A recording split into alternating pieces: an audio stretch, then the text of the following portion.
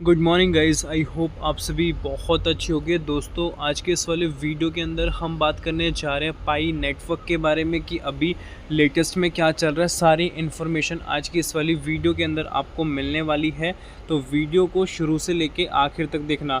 जो आपको मेजर जानने को मिलेगा वो पाई के रोड मैप के बारे में जानने को मिलेगा, और यहाँ पे हम 4 फेज़ के बारे में बात करने जा रहे हैं कि अभी क्या आ चुका है, क्या आने वाला है और किस तरीके से पाई नेटवर्क की ओवरऑल ग्रोथ होने वाली है। तो यहाँ पे वीडियो के अंदर आपको शुरू से आखिर तक बने रहना है, तभी आपको सारा कुछ समझ में आएगा। और एक छोटी सी मेरी रिक्वेस्ट है, अगर आप हमारे चैनल पे नए हैं तो प्लीज़ सब्सक्राइब करके नोटिफिकेशन बेल को ऑल पे ज़रूर प्रेस कर लें। एंड डिस्क्रिप्शन में टेलीग्राम ग्रुप का लिंक है, आप जाके उसे ज्वाइन करें। वहाँ पर मैं आप सभी के लिए बहुत सारे एक्साइटिंग प्रोजेक्ट शेयर करता रहता हूँ, और पाई नेटवर्क से रिलेटेड भी इन्फॉर्मेशन आपको इंस्टेंटली मिल जाती है। तो डिस्क्रिप्शन में लिंक है, आप जाके ज्वाइन कर सकते हो। चलो दोस्तों, वीडियो को स्टार्ट करते हैं। सबसे पहले बात की जा रही है पाई डिफाई इवोल्यूशन रोड मैप के बारे में। पाई का जो डिसेंट्रलाइज फाइनेंस इवोल्यूशन है, उसके रोड मैप को यहाँ पे क्लासीफाई किया गया है 4 फेजेस के अंदर। पहले हम समझते हैं फेज़ 1 को। फेज़ 1 जो अभी हमें प्रॉपर तरीके से लाइव होता हुआ देखने को मिल जाता है, जिसके अंदर टेस्टनेट प्लेग्राउंड की बात की जाती है।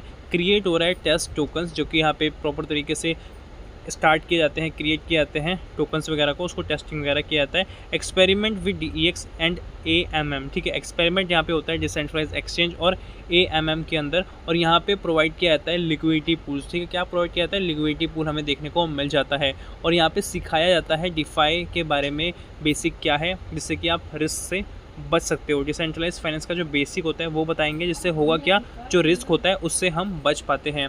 फेज़ 2 के अंदर बताया जा रहा है मेनेंट लॉन्च के बारे में, जो आने वाला है।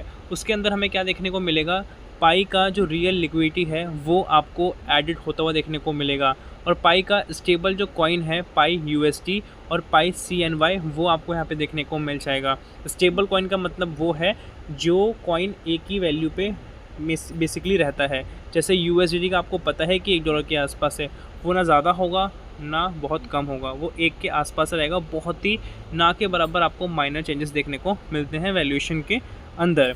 प्राइस डिस्कवरी आपको देखने को मिलेगी, जिस तरीके से पाई के डिसेंट्रलाइज एक्सचेंजेस पे होने वाला है।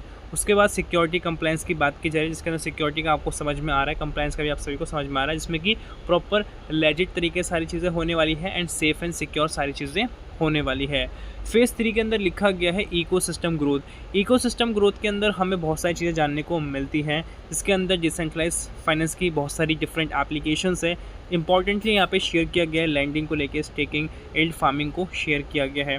ये सब चीज़ें आपको लॉन्ग टर्म में बहुत अच्छा खासा प्रॉफिट देती है, ये उसके हिसाब से बताया जा रहा है डिसेंट्रलाइज फाइनेंस एप्लीकेशन के अंदर जो बताया जा रहा है।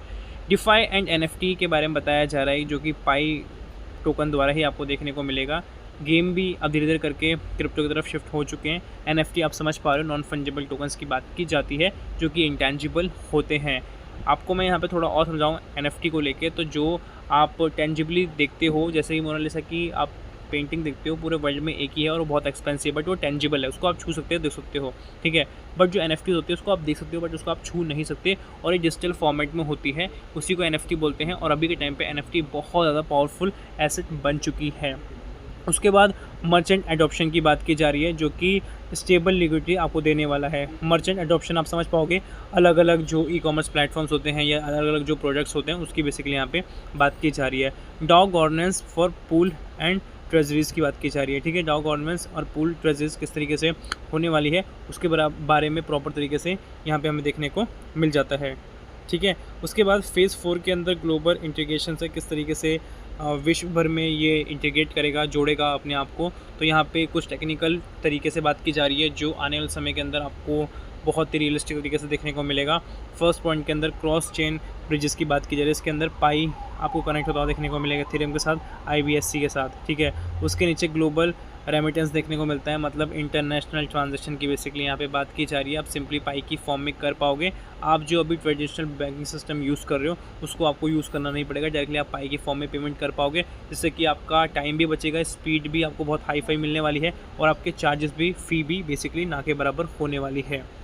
Micro finance with pi stable coin, यहाँ पे जो फाइनेंस है उसको बहुत ही माइक्रो फाइनेंस रखा गया है। इसका मतलब मैं आपको समझाऊँ तो पाई का स्टेबल कॉइन वैल्यूएशन रहेगा, ठीक है। एक वैल्यूएशन हम कंसीडर करते हैं, जैसे कि एक्स कंसीडर करते हैं, एक्स वैल्यूशन मान लो रहेगा, तो वो क्या होगा, हर जगह पे सेम ही रहने वाला है।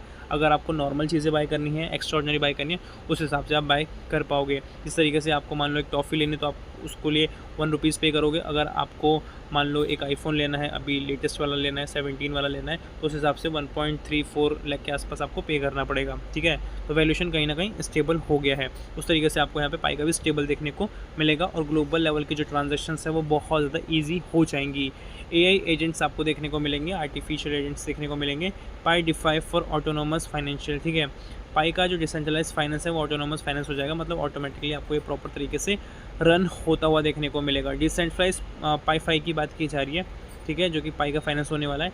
इकोनॉमी रिवाइवलिंग लेगेसी बैंकिंग, ठीक है। यहाँ पे जो बैंकिंग सिस्टम है और जो इकोनॉमिकली है, जैसे बैंकिंग सिस्टम आप समझ पा रहे हो जो भी हम यूज़ कर रहे हैं, उसके साथ भी आपको ये कनेक्टेड होता हुआ देखने को मिलेगा और सारे तरीके से ये आपको लेजिट देखने को मिलेगा, ठीक है। बट यहाँ पे क्वेश्चन ये आता है कि डिसेंट्रलाइज है तो लेजिट कैसे होगा। तो यहाँ पे सबसे बड़ी बात ये होती है, डिसेंट्रलाइज के अंदर आपको पता है कि ब्लॉकचेन के बिहाफ पे क्रिप्टोज रन करती है और ब्लॉकचेन पे अगर वो एक कोई ट्रांजेक्शन हो जाती है तो कभी मिटाई नहीं जा सकती, वो रियल ट्रांजेक्शन हो जाती है, ठीक है।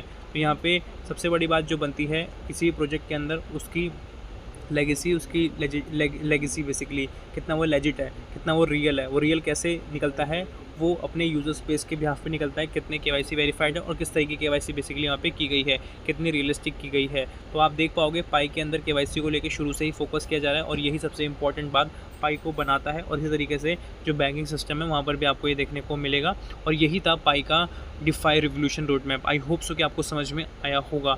अब चलते हैं अगले अपडेट की तरफ और यहाँ पे बात की जा रही है Pi network is building a DEX exchange. Pi network build कर रहा है DEX exchange, decentralize exchange basically build कर रहा है। You know what that mean, इसका मतलब आप सभी को पता है कि जो बाइनेंस के CEO हैं बेसिकली उन्होंने अभी रिसेंटली एक वीडियो के अंदर प्रॉपर तरीके से बोला है, सपोर्ट करते हुए DEX को प्रॉपर तरीके से सपोर्ट करते हुए बोला है। 8 सेकंड का आपको एक क्लिप देखने को मिल जाएगा सोशल मीडिया पे और पाई नेटवर्क ने ऑफिशियली पोस्ट किया है, ये आपने देखा भी होगा। DEX AMM liquidity pool and token creation features के बारे में, जो कि लाइव हो चुका है पाई टेस्टनेट पे। और यहाँ पे डिसेंट्रलाइज जो एक्सचेंज है ऑटोमेटिकली मार्केट मेकर्स जो होता है AMM, ठीक है, उसके फंक्शनैलिटी के बिहाफ पे होने वाला है और ये अवेलेबल हो चुका है टेस्टनेट पे और ये अलाउ करता है डेवलपर्स और पाइनर्स को एक्सपेरिमेंटेड डायरेक्टली टोकन के साथ स्वैप करने के लिए, लिक्विडिटी पूल्स के लिए और अदर आपको डिसेंट्रलाइज फाइनेंस के जो टूल्स होते हैं डेवलपमेंट के रिगार्डिंग, वो भी आपको अवेलेबल होता है देखने को मिल जाता है। इसका मतलब सिंपल भाषा में ये है कि पाई नेटवर्क बिल्ड कर रहा है DEX एक्सचेंज जो खुद का होने वाला है और पाई इसको जिस तरीके से बिल्ड करेगा वो कहीं ना कहीं बहुत ही बड़े लेवल पे होने वाला है। और जो बाइनेंस के CEO हैं उन्होंने DEX को सपोर्ट करते हुए बोला है, तो DEX की लिस्ट के अंदर अब पाई का भी प्रोजेक्ट आ गया है। पाई जो DEX मतलब क्रिएट कर रहा है, तो कहीं ना कहीं अब इनकी नज़र में DEX आएगा, पाई नेटवर्क के फाउंडर की नज़र में, तो कहीं ना कहीं इससे कुछ कनेक्शन बन सकते हैं लिस्टिंग को लेके, ओवरऑल ग्रोथ को लेके, क्योंकि यहाँ पे हम सिर्फ लिस्टिंग अब नहीं देखने वाले, क्योंकि यहाँ पे और भी बहुत सारी बड़ी बड़ी चीज़ें होने वाली हैं। तो दोस्तों आज की वीडियो के अंदर यही था, आई होप आपको समझ में आया होगा। अभी तक वीडियो पे बने हुए तो प्लीज़ गाइस एक लाइक कर देना। मिलते हैं नई वीडियो के साथ, तब तक के लिए जय हिंद, वंदे मातरम।